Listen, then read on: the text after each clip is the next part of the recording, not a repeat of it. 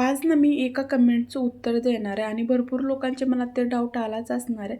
तर आज मी सगळं क्लिअर करणार आहे. त्याआधी इथं तुम्ही बघू शकता, मी मस्त रानात बसलेली आहे बुगूला घेऊन. कारण आम्ही गेलो आहे रानात, दुपारची वेळ आहे आणि रानातनं गहू पेरायचं, मग त्याचीच तयारी चालू आहे. आणि इकडं मामाचं रानसुद्धा आहे शेजारी, तिथं मामी काम करतात तुम्ही बघू शकता. आणि बुगूचं चालू आहे कुरकुरे खाण्याचं, त्यासोबत मी सुद्धा खाते.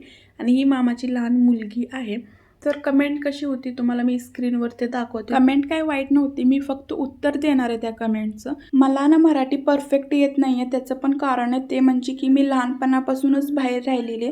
बाहेर म्हणजे की मध्य प्रदेशमध्ये राहिले. इवन माझं एज्युकेशनसुद्धा तिकडंच झालं आहे आणि तिकडं ना हिंदी बोलतात. सो त्यामुळे ना मला मराठी येत नव्हती त्यावेळेस.